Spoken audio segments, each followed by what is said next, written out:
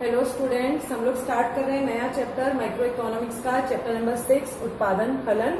और इसी के साथ हम इसमें देखेंगे कुल उत्पाद, औसत उत्पाद और सीमांत उत्पाद की धारणाएं। ठीक है, अब उत्पादन फलन को समझने के लिए पहले हम समझते हैं उत्पादन क्या है। देखिए बच्चों, हम लोग पिछले साल भी, इस बार भी हमने कई बार इस बात का जिक्र किया है कि उत्पादन के लिए हमें कुछ साधनों का इस्तेमाल करना होता है। तो उत्पादन के हम 4 भौतिक कारक, या हम कहें कि उत्पादन के 4 साधनों को हम लेकर चलते हैं। एक होता है श्रम, जिसे हम श्रमिक कहेंगे, लेबर यानी कि मनुष्य, जो मानव पूंजी है। दूसरी होती है पूंजी, पूंजी में हम लेते हैं मशीनों को।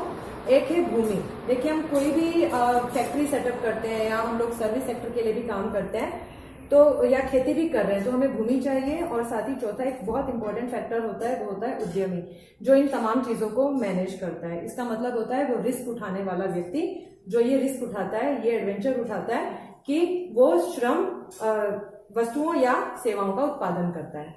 अब इन्हें कहा जाता है, इकोनॉमिक्स की टर्म में इन कारकों को कहा जाता है आगत। आगत यानी कि इनपुट्स। इसी के साथ इस्तेमाल होते हैं कुछ कच्चा माल वगैरह भी।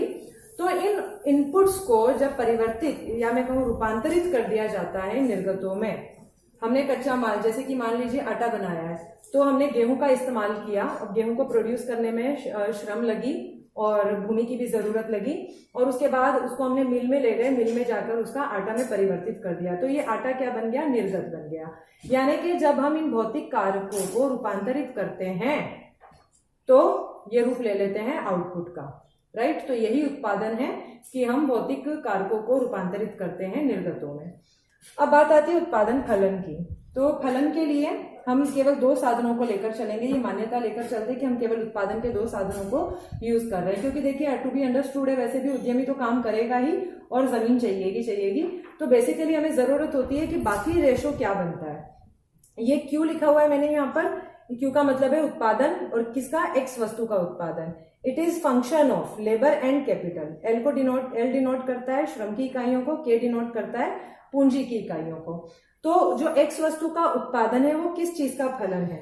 वो फलन है श्रम की इकाइयों का और पूंजी की वो इकाइयां जो हमने उस वस्तु को उत्पादित करने में लगाई है। तो बेसिकली आप इसकी डेफिनेशन जब लिखेंगे तो बताएंगे कि ये भौतिक कारकों और भौतिक उत्पादनों के बीच का तकनीकी संबंध है, कि हमने कितनी मात्रा श्रम की प्रयोग की और कितनी मात्रा हमने पूंजी की प्रयोग की है।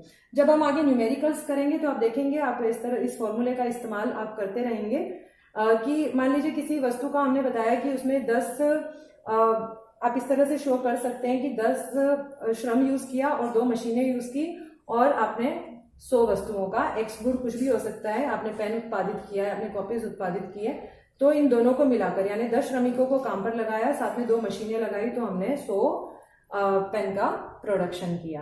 तो इस प्रकार से आप प्रोडक्शन फंक्शन लिखेंगे।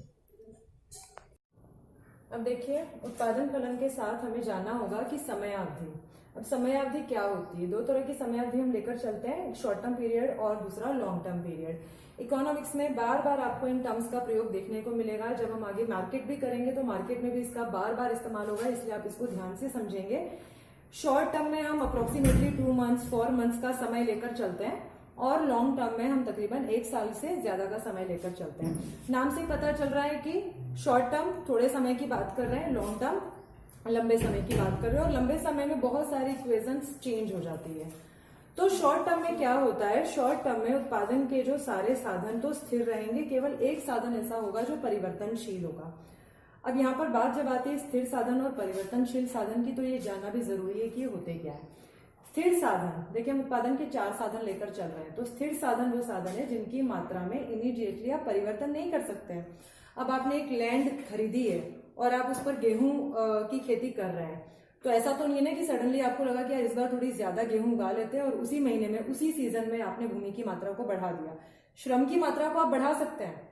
अगर आपके पास बहुत ज्यादा जमीन है और आपको लग रहा है कि मेरी पैदावार कम है, मैं कुछ और श्रमिकों को या कुछ और बीजों को मैं लेकर आऊं तो मैं ज्यादा उत्पादन कर सकता हूं, तो आप वो काम कर सकते हैं। लेकिन क्या भूमि की मात्रा को अचानक से तुरंत की तुरंत आप बढ़ा सकते हैं? शॉर्ट टर्म में विद इन 2 मंथ्स और 3 मंथ्स आप नहीं बढ़ा सकते। आपने एक फैक्ट्री डाली हुई है और वहां पर आप किसी भी गुड का प्रोडक्शन कर रहे हैं, तो वो भी ऐसे ही है। मशीनों को हम इमीडिएटली नहीं बढ़ा सकते, बहुत महंगी मशीनें आती है, लैंड बहुत महंगी पड़ती है, जो रेंट वगैरह है वो हमें बहुत महंगा पड़ता है। तो हम इमीडिएटली शॉर्ट टर्म के अंदर हम इन खर्चों से बचते हैं। तो एक साधन परिवर्तनशील लेकर चलते हैं जो है श्रमिक।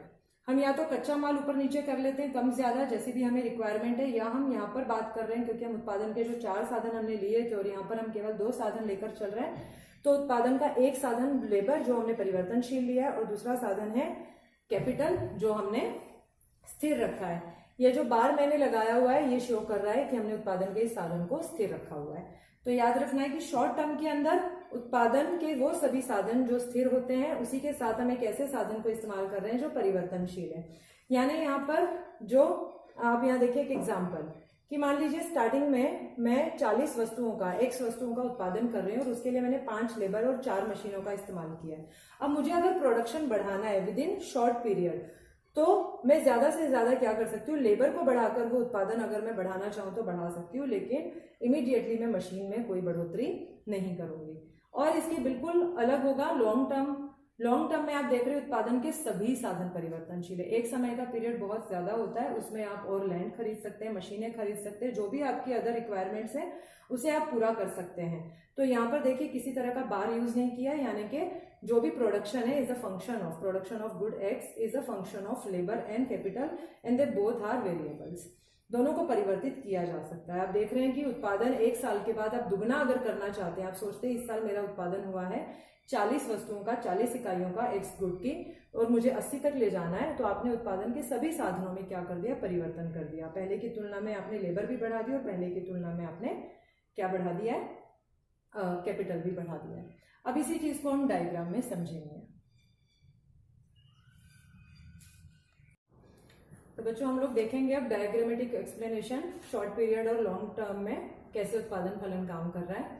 हम ये देख चुके हैं कि ये शॉर्ट टर्म का जो हमने देखा था, शॉर्ट टर्म में हमने देखा कि उत्पादन का एक साधन स्थिर लिया हमने, जैसे कैपिटल है तो कैपिटल को हमने स्थिर रखा। तो रेशो क्या बना इसका, कितनी हमने लेबर ली इतने ही कैपिटल के साथ जिसकी मात्रा में किसी तरह का कोई परिवर्तन नहीं आया, केवल हमने उत्पादन में बढ़ोतरी की है लेबर में परिवर्तन लाकर। तो ये याद रखना है आपको, ये परिवर्तनशील साधन अनुपात है। आप देख रहे हैं कि ये उत्पादन फलन जिसमें हमने 5 लेबर और 4 कैपिटल लिए और उत्पादन को बढ़ाने के लिए शॉर्ट टर्म में हमने एक मात्रा किसकी बढ़ाई है, लेबर की, कैपिटल की नहीं। तो आप इसको डायग्रामेटिकली इस तरह से शो कर सकते हैं। और इसी के साथ अगर आपको लॉन्ग टर्म का, जिसमें हम स्थिर साधन अनुपात दिखाएंगे कि जितना हम परिवर्तन लॉन्ग टर्म के अंदर लेबर में लेकर आ रहे हैं उतना ही हम कैपिटल में भी लेकर आ रहे हैं, और हमने देखा कि हमारा जो उत्पादन है वो डबल हो गया। तो बहुत इजी है, आप इसको ड्रॉ करेंगे और जितना हो सके प्रैक्टिस करें और स्केल का इस्तेमाल जरूर करें। डायग्राम ठीक से समझा तो है नहीं, बस आगे एक्स एक्सिस वाई एक्सिस